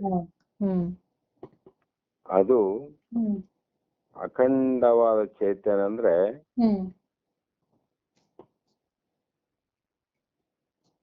ಎಲ್ಲಾ ಜೀವಿಗಳಲ್ಲಿ ಆ ದೇವ ಈ ದೇವ ಮಹಾದೇವ ಎನಬೇಡ, ಸರ್ವ ಜೀವಿಗಳಿಗೆ ಆಧಾರವಾದವನೇ ದೇವ ಸರ್ವಜ್ಞ ಅಂದ್ರ. ಇದು ಹೇಗಿದೆ ಅಂದ್ರೆ ಎಲ್ಲಾ ಜೀವಿಗಳಲ್ಲಿ ಇರುವೆಯಿಂದ ಆನೆಯ ಪರ್ಯಂತರವಾಗಿ, ಮಾನವನಿಂದ ಮಹಾದೇವನ ಪರ್ಯಂತರವಾಗಿ 84 ಲಕ್ಷ ಜೀವರಾಶಿಗಳಲ್ಲಿ ಅದು ಕಾಣುವಂತ ವಸ್ತುವಿನಲ್ಲಿರಬಹುದು, ಕಾಣದಿರುವಂತ ವಸ್ತುವಿನಲ್ಲಿ ಸಮವಾಗಿರ್ತಕ್ಕಂಥದ್ದು ಯಾವುದಂದ್ರೆ ಅದು ಪರಮಾತ್ಮ ಸ್ವರೂಪ. ಆ ಸ್ವರೂಪನೇ ನಾನಿದ್ದೇನೆ. ಆ ಸ್ವರೂಪ ನನ್ನ ಬಿಟ್ಟು ಅದು ನಿಮ್ಮ ಸ್ವರೂಪ ಇಲ್ಲ. ಅದೇ ರೀತಿಯಾಗಿ ಇಲ್ಲಿ ಕೂಡ ಯಾಕಾಯ್ತು ಭೇದ ಅಂದ್ರೆ,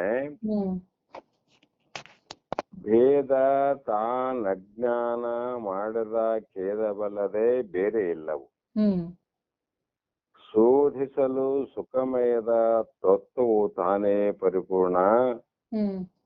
ಮೋದಗೊಡುವ ಗಾಜಿನ ಅರಮನೆ ಭೇದ ಮಾಡಿತ್ತು, ಸ್ವಾನಿ ನಗ್ನತೆ ಕಾದಿ ಸತ್ತರೆ ಕರ್ಣಾಂತರದಂದ ಗುರುರಾಯ.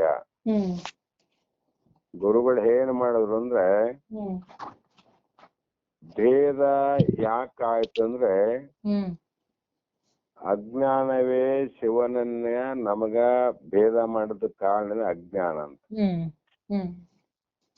ನಾವು ಹಿಂದಿನ ಜನ್ಮದಲ್ಲಿ ಜ್ಞಾನವನ್ನ ಮಾಡಿಕೊಳ್ಳದೆ, ಸ್ವರೂಪವನ್ನ ಸರಿಯಾಗಿ ಅರ್ಥ ಮಾಡಿಕೊಳ್ಳಲಾರದೆ, ಆ ಅಜ್ಞಾನವು ಮಾಡಿದ ಭೇದದಿಂದ ಆಕಾಶಕ್ಕ ಕೊಡ ಮಠಗಳೇ ಭೇದ ಮಾಡಿದಂಗ ಆ ಪರಮಾತ್ಮನು ಜೀವಾತ್ಮನು ಭೇದ ಮಾಡುತ್ತೆ ಯಾವುದಂದ್ರೆ ಅಜ್ಞಾನ. ಆ ಅಜ್ಞಾನ ಮಾಡದ ಭೇದದಿಂದ ಏನಾಯ್ತು ಅಂದ್ರೆ ಜೀವನಿಗೆ ದುಃಖವಾಯ್ತು. ಯಾಕಂದ್ರೆ ಬೇರೆ ಎಂಬುದು ಬೇರೆ ಮಾಡಿತು ನೋಡು ಅಜ್ಞಾನ. ಏಕವಾಗಿರ್ತಕ್ಕಂತ ಶಿವ ಜೀವರಲ್ಲಿ ಭೇದ ಮಾಡಿತು. ಅದಕ್ಕೆ ಕೆಲವು ಸಲ ಹೇಳ್ತಿರ್ತು, ಸುಮ್ನೆ ಸಾಮಾನ್ಯವಾಗಿದೆ ನಿಮ್ಗೆ ಹಚ್ಚಿಗಬಾರದು, ಸುಮ್ನೆ ಹೇಳ್ತೀನಿ. ಬಹಳ ಅನ್ಯೋನ್ಯವಾಗಿರ್ತಕ್ಕಂತ ಅಣ್ಣ ತಮ್ಮನಲ್ಲಿ ಅಣ್ಣಗ ಮದುವೆ ಆದಾಗ ಆ ಮನೆಗೊಂದು ಹೆಣ್ಣು ಅಂತ ಬರ್ತದೆ ಸಹಜವಾಗಿ. ಮೊದ್ಲೇ ಹೇಳ್ತಾನ, ಇದು ಯಾರು ಹಚ್ಚಿಗಬಾರದು, ಸುಮ್ನೆ ದೃಷ್ಟಾಂತ ಹೇಳ್ತ ನಾನು. ಎಲ್ಲರೂ ಹಂಗೆ ಇರಂಗಿಲ್ಲ. ಕೆಲವು ಜನ ಮನೆಗೆ ಬಂದ ತಕ್ಷಣ ಪಾಪ ಅವರ ಸಂಸಾರ ಸಮಸ್ಯೆಯಲ್ಲಿ ಏನೋ ಗದ್ದಲ ಶುರುವಾಗ್ತಾವ. ಅವಾಗ ಕೊನೆ ನಿರ್ಣಯ ಆಗ್ತದ, ಇಲ್ಲ ಅಣ್ಣ ತಮ್ಮರು ಚೆನ್ನಾಗಿರ್ಬೇಕಾದ್ರೆ ನಾವು ಬೇರೆ ಬೇರೆ ಇರೋಣ. ಪಾಪ ಅವರು ಯಾವುದೋ ಇದಕ್ಕಾಗಿ ಬೇರೆ ಬೇರೆ ಆಗ್ತಾರ. ಅವ್ರೊಂದ್ ಕಡೆ ಮನೆ, ಇವ್ರೊಂದ್ ಕಡೆ ಮನೆ, ಅವರ ಕೆಲಸಗಳು ಬೇರೆ, ಇವರ ಕೆಲಸಗಳು ಬೇರೆ. ಅವ್ರನ್ನ ನೋಡಿದ್ರೆ ಇವ್ರು ಮಾತಾಡಲ್ಲ, ಇವ್ರು ನೋಡಿದ್ರೆ ಅವ್ರು ಮಾತಾಡಲ್ಲ. ಈ ಮಟ್ಟಕ್ಕೆ ಬಂದಾಗ ಆ ಓಣಿಯಲ್ಲಿರ್ತಕ್ಕಂಥ ಜನ ಮಾತಾಡ್ತಾರ. ಎಷ್ಟ್ ಚಂದ ಇದ್ರು ಅಣ್ಣ ತಮ್ಮರು ಅಂದ್ರೆ ಹಿಂಗಿರ್ಬೇಕಂತ ಅಂತಿದ್ವಿ, ಅಷ್ಟು ಅನ್ಯೋನ್ಯವಾಗಿ ಒಂದೇ ಅಂತ ತಿಳ್ಕೊಂಡವ್ರಿಗೆ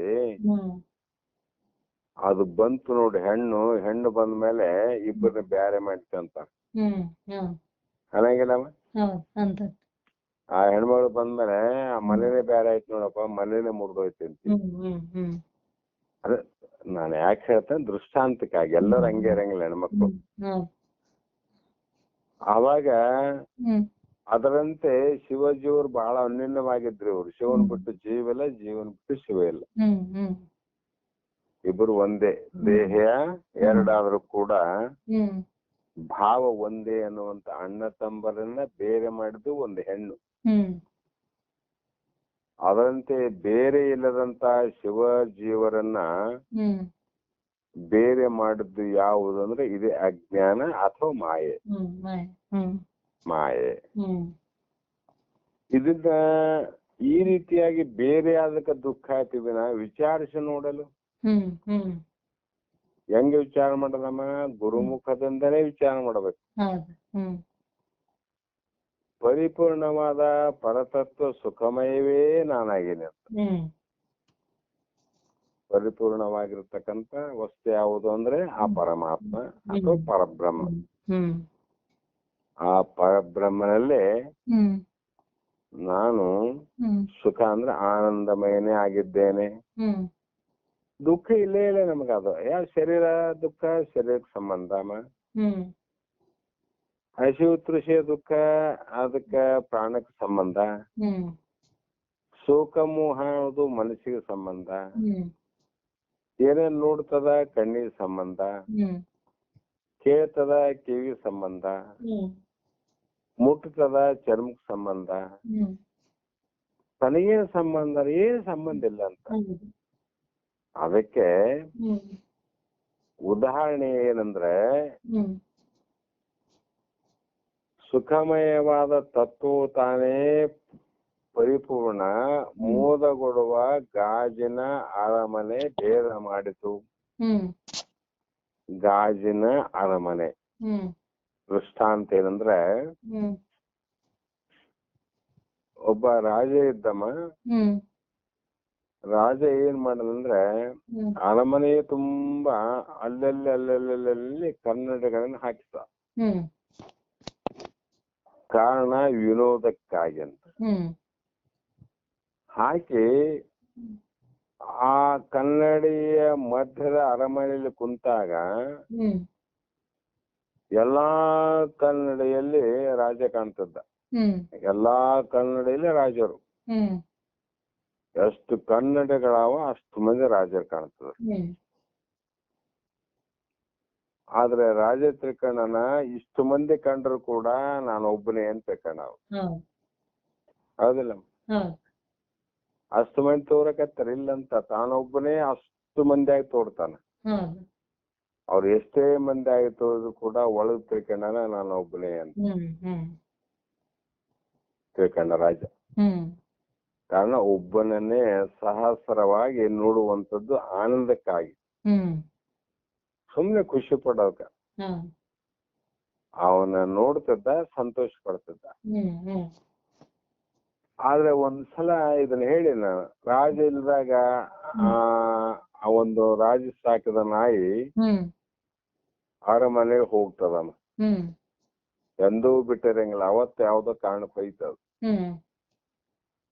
ಆದ್ರೆ ಆ ನಾಯಿ ಕನ್ನಡಗಳಲ್ಲಿ ತೋರುವ ಅನೇಕ ಪ್ರತಿಬಿಂಬಗಳ ನಾಯಿಗಳೇನಾವ ತನಗಿಂತ ಬೇರೆ ನಾಯಿಗಳಂತ ಮಾಡ್ಕೊಂತವ್. ಏನಮ್ಮ ಏನ್ ತಿಳಿತಮ್ಮ ಅದು? ತನಗಿಂತ ಬೇರೆ ನಾಯಿಗಳು ಅಂತ ತಿಳಿದ ತಕ್ಷಣ ಅದು ಬೊಗಳಿಕೆ ಶುರುವಾಯ್ತು. ಬೊಗಳಿ ಬೊಗಳಿ ಬೊಗಳಿ ಪ್ರತಿಬಿಂಬದ ನಾಯಿಗಳ ಜೊತೆ ಸೇರಿ ಅವುಗಳನ್ನ ಕಚ್ಚಬೇಕು ಅಂತ ಹೋರಾಡಿ ಆ ನಾಯಿ ಕನ್ನಡಿಯ ಜೊತೆ ಬಡದಾಡಿ ಕನ್ನಡಿಯ ಚೂರುಗಳಿಂದ ಆದಂತ ಗಾಯಗಳಿಂದ ಸತ್ತು ಹೋಯ್ತದ. ಆದ್ರ ರಾಜನು ನೋಡ್ಯಾನಲ್ಲಮ್ಮ, ನಾಯಿ ನೋಡಿತು. ಆದ್ರೆ ಕಾರಣ ಏನಂದ್ರೆ ರಾಜನಿಗೆ ಜ್ಞಾನ ಇತ್ತು, ಎಲ್ಲವೂ ನಾನೇ ಅಂದ ಅವನು. ಆದ್ರೆ ನಾಯಿಗೆ ಅಜ್ಞಾನ ಇತ್ತು, ತನ್ನ ಸ್ವರೂಪ ಜ್ಞಾನ ಇಲ್ಲದಕ್ಕೆ ಬೇರೆ ಅಂತ ತಿಳ್ಕೊಂಡು ಅದು ಏನ್ ಮಾಡ್ತು, ಸತ್ತು ಹೋಗೋದಕ್ಕ ನಾಯಿ ಅಜ್ಞಾನವಲ್ಲದೆ ಬೇರೆ ಕಾರಣ ಏನು ನಮ್ಮಲ್ಲಿ? ಏನಿಲ್ಲ. ಹಾಗೆ ಹ್ಮ್ ಜೀವನ ಅಜ್ಞಾನವೇ ಭೇದವನ್ನ ಮಾಡಿ ಹ್ಮ್ ದುಃಖವನ್ನು ಕೊಡುತ್ತಿರುವುದಲ್ಲದೆ ಹ್ಮ್ ಅಖಂಡ ಪರಿಪೂರ್ಣ ಪರತತ್ವವು ಕೇವಲ ಸುಖರೂಪವೇ ಆಗಿರುತ್ತದೆ. ಹ್ಮ್ ಹ್ಮ್ ಅಖಂಡವಾಗಿರ್ತಕ್ಕಂಥ ಬಯಲು, ಹ್ಮ್ ಅಖಂಡವಾಗಿರ್ತಕ್ಕಂಥ ಪರಬ್ರಹ್ಮ, ಹ್ಮ್ ಅಖಂಡವಾಗಿರ್ತಕ್ಕಂಥ ಪರತತ್ವ ಏನದ ಕೇವಲ ಸುಖ ರೂಪವೇ. ಹ್ಮ್ ಹ್ಮ್ ಈ ರೀತಿ ಆಗಿರುತ್ತದೆ ಅಂತ ಹ್ಮ್ ಏನಾಯ್ತು ಕಾರಣ ಆ ತರದಿಂದ ಗುರುರಾಯ? ಹ್ಮ್ ಅದಕ್ಕೆ ನೋಡು ಶಿಷ್ಯ, ಹ್ಮ್ ಈ ಭೇದದಿಂದ ನಾಯಿಗತಿ ಆಗ್ತದ, ಹ್ಮ್ ಅಭೇದದಿಂದ ರಾಜನಿಗಾದಂತ ಆನಂದ ಆಗ್ತದ. ಹ್ಮ್ ಹ್ಮ್ ಈ ರೀತಿ ಹ್ಮ್ ನೀನು ತಿಳಿದುಕೋ ಅಂತ ಹೇಳಿ ಹ್ಮ್ ದ್ವೈತದಿಂದ ದುಃಖ, ಹ್ಮ್ ಅದ್ವೈತದಿಂದ ಸುಖ ಪ್ರಾಪ್ತಿ ಆಗ್ತದ. ಹ್ಮ್ ಅದಕ್ಕೆ ನಿನಗೆ ಆನಂದ ಬೇಕಾಗಿತ್ತು ಅಂದ್ರೆ ಅದ್ವೈತವನ್ನೇ ಅವಲಂಬಿಸು, ಹ್ಮ್ ಅದ್ವೈತವನ್ನೇ ನೀನು ನಂಬು. ಹ್ಮ್ ಆದರೆ ಹ್ಮ್ ಮುಕ್ತಿ ಪ್ರಾಪ್ತಿಗೆ ದ್ವೈತವು ವಿಘ್ನಕಾರಿ ಎಂದು ಹೇಳಿದಂಗಾಯ್ತು. ಹ್ಮ್ ಮುಕ್ತಿ ಪ್ರಾಪ್ತಿಗೆ ದ್ವೈತ ಏನೋ ವಿಘ್ನ ಮಾಡ್ತಾವ. ಹ್ಮ್ ವಿಘ್ನ ಅಂದ್ರೆ ಆತಂಕ ಅಂದ್ರೆ ಹ್ಮ್ ಪ್ರತಿಬಂಧಕ ಅಂದ್ರೆ ಒಂದೇ. ಹ್ಮ್ ಯಾವುದಕ್ಕ ಪ್ರತಿಬಂಧಕ ಅಂತ ಹೇಳಿದ್ರೆ ಹ್ಮ್ ಅದು ಹ್ಮ್ ಜ್ಞಾನಕ್ಕೆ ಅಥವಾ ಮುಕ್ತಿಗೆ ಪ್ರತಿಬಂಧಕ ಅಂತ. ಹ್ಮ್ ಹ್ಮ್ ಅದಕ್ಕ ದ್ವೈತ ಒಂದೇ ಹ್ಮ್ ನಿರ್ವಿಘ್ನ ಅಂದ್ರು. ಹ್ಮ್ ದ್ವೈತ ಒಂದೇ ವಿಘ್ನ, ವಿಘ್ನ ಅಂದ್ರ ಹ್ಮ್ ಎರಡಂಬುದು ವಿಘ್ನ ಹ್ಮ್ ಅಂತ ಹೇಳಿದ್ಮೇಲೆ ಹ್ಮ್ ಮತ್ತ ಆವಾದರೂ ಮೋಕ್ಷಕ್ಕೆ ವಿಘ್ನಗಳು ಇರುತ್ತವೆ. ಹ್ಮ್ ಈಗ ನೀವ್ ಹೇಳಿದ್ದು ಚಲೋ ಆಯ್ತ್ರಿ. ಹ್ಮ್ ದ್ವೈತ ಅಂದ್ರೆ ಭೇದ ಬುದ್ಧಿ, ಹ್ಮ್ ಮೋಕ್ಷಕ್ಕೆ ವಿಘ್ನ. ಹ್ಮ್ ಇದೇ ಅಲ್ಲದೆ ಇನ್ನು ಬೇರೆ ಆದ್ರೂ ವಿಘ್ನಗಳು ಉಂಟೇನೋ ಮೋಕ್ಷ ಪ್ರಾಪ್ತಿ ಮಾಡಿಕೊಳ್ಳೋದಕ್ಕ? ಹ್ಮ್ ಈ ಭೇದ ಬುದ್ಧಿನೋ ಕಾರಣ, ಅದೊಂದೇ ಕಾರಣವೋ ಹ್ಮ್ ಇನ್ನು ಬೇರೆ ಯಾವುದಾದ್ರು ಕಾರಣ ಉಂಟೋ ಹ್ಮ್ ಅನ್ನುವಂತ ಪ್ರಶ್ನೆಗೆ ಹ್ಮ್ ದ್ವೈತ ಭಾವ ಒಂದೇ ಮುಕ್ತಿ ಪ್ರಾಪ್ತಿ ವಿಜ್ಞಾನ. ಹ್ಮ್ ಹ್ಮ್ ಬೇರೆ ಯಾವ ವಿಘ್ನಗಳಲ್ಲ. ಹ್ಮ್ ಪರಮಾತ್ಮ ಬೇರೆ, ನಾನು ಬೇರೆ ಅನ್ನುವಂತ ಅಜ್ಞಾನವೇ ದೊಡ್ಡ ವಿಘ್ನ. ಹ್ಮ್ ಹ್ಮ್ ಇದನ್ನ ಬಿಟ್ರೆ ಬೇರೊಂದು ವಿಘ್ನಗಳು ಇಲ್ಲ.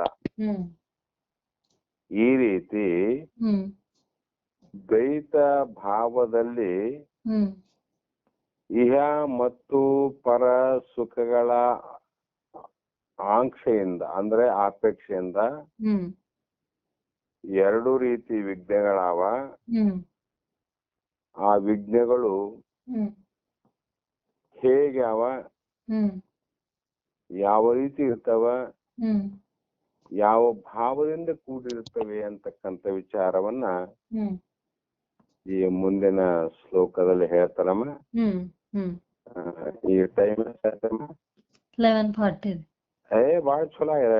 ಚಲೋ ಆಯ್ತು ಸಂತೋಷ. ಮತ್ತೆ ನಾಳೆ ದಿನ ಸ್ವಲ್ಪ ಸಿಂಹಾವಲೋಕನ ಮಾಡಿ 53ನೇ ಸೂತ್ರವನ್ನ ಪ್ರಾರಂಭ ಮಾಡೋಣಮ್ಮ. ಎಲ್ಲರೂ ರೆಸ್ಟ್ ಮಾಡ್ರಿ. ಆಯ್ತು. ನಮಸ್ಕಾರ. ನಮಸ್ಕಾರ ತಾಯಿ, ನಮಸ್ಕಾರ.